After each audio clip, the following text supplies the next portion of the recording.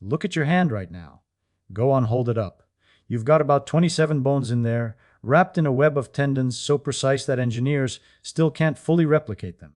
Your skin is pulling heat away from your blood, regulating your internal temperature to within a fraction of a single degree. Electrical signals are zipping up your arm at roughly 70 meters per second. That's faster than a Formula One car on a straight. And you're not doing any of it consciously. You're just holding your hand up. Now here's the thing that should make you stop and blink all of that extraordinary machinery. Every signal, every heartbeat, every thought you're having right now is powered by a process that starts not in your brain, not in your heart, but in your gut. And it starts, more precisely, in the first 20 minutes after you open your eyes in the morning. What happens in that window is one of the most elegant pieces of biological engineering on the planet. And most of us sleep right through it, literally and figuratively. Let's go back to basics. Your body is, at its core, a machine for turning food into action. Every cell you have is running what biologists call metabolism. But let's call it what it really is, a slow burning fire. Your cells are combusting fuel, just like a candle burns wax, except instead of wax and oxygen making light and heat, your cells are burning glucose and oxygen to make something called ATP. Think of ATP as the body's universal currency, the little rechargeable battery that powers absolutely everything, from blinking your eyes to solving a crossword puzzle to healing a paper cut. And that fire, it never fully goes out. Even while you sleep, your body burns roughly 70 calories an hour just keeping the lights on. Running your heart, your kidneys, your liver, the constant hum of neurons maintaining your existence. This is called your basal metabolic rate, and it's the baseline below which the fire cannot drop without serious consequences. Here's your first golden number: 70 calories per hour. That's what it costs to simply be alive, still asleep doing nothing. Over 8 hours of sleep, you've burned roughly 560 calories just existing. You wake up in a state of genuine, mild metabolic debt. Now here's where it gets interesting. When you wake up, your body hasn't had fuel for 7, 8, maybe 9 hours. The slow, burning fire has been running on reserves, specifically on a stored form of glucose called glycogen, packed into your liver like a fuel tank in a car. And that tank, by morning, it's running on fumes. Your liver glycogen, which stores roughly 100 grams of glucose, has been quietly draining all night to keep your brain fed.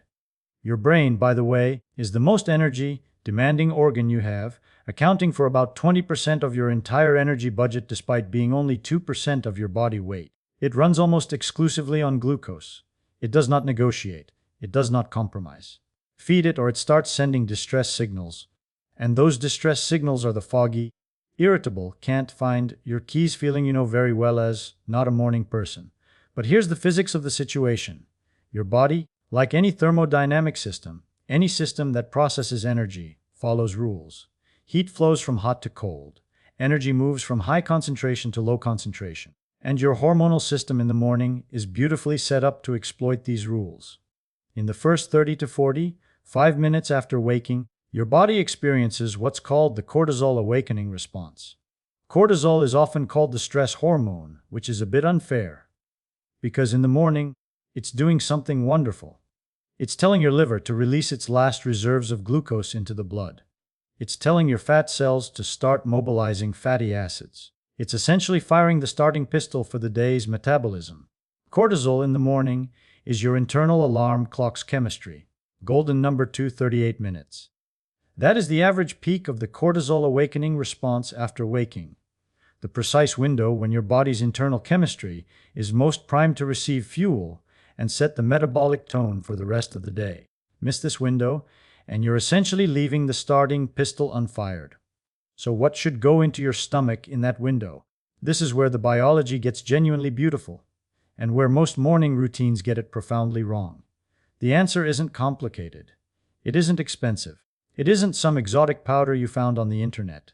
What your stomach needs in that 38-minute cortisol window is protein. And the reason why comes down to a cascade of events so elegant, it looks almost designed.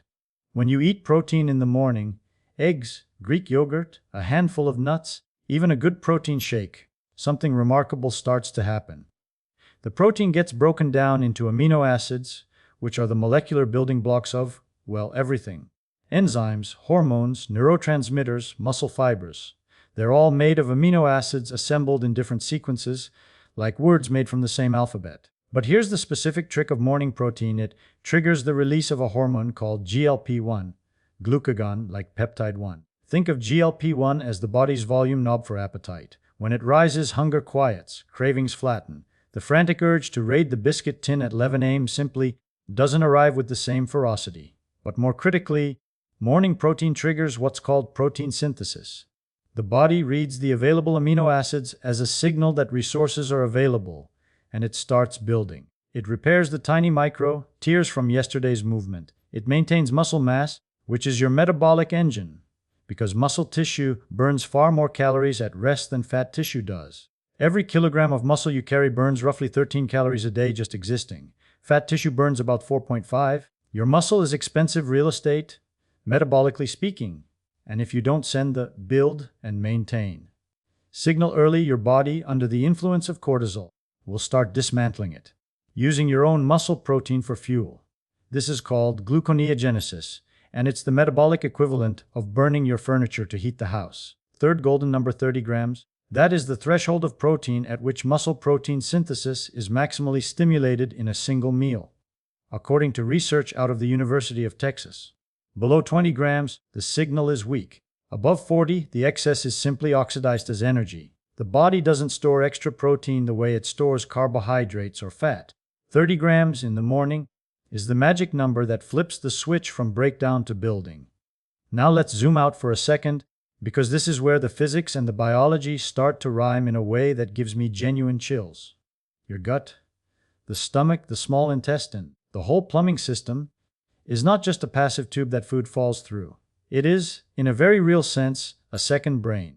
There are roughly 500 million neurons embedded in the lining of your gut, more than in your entire spinal cord. Scientists call it the enteric nervous system, but let's call it what it is: a network of wet electrical wires running a parallel operating system to the one in your skull. These gut neurons communicate directly with your brain via the vagus nerve, which is the longest cranial nerve in your body and runs like a direct telephone line from your brainstem all the way down into your abdomen. What travels along that telephone line in the morning?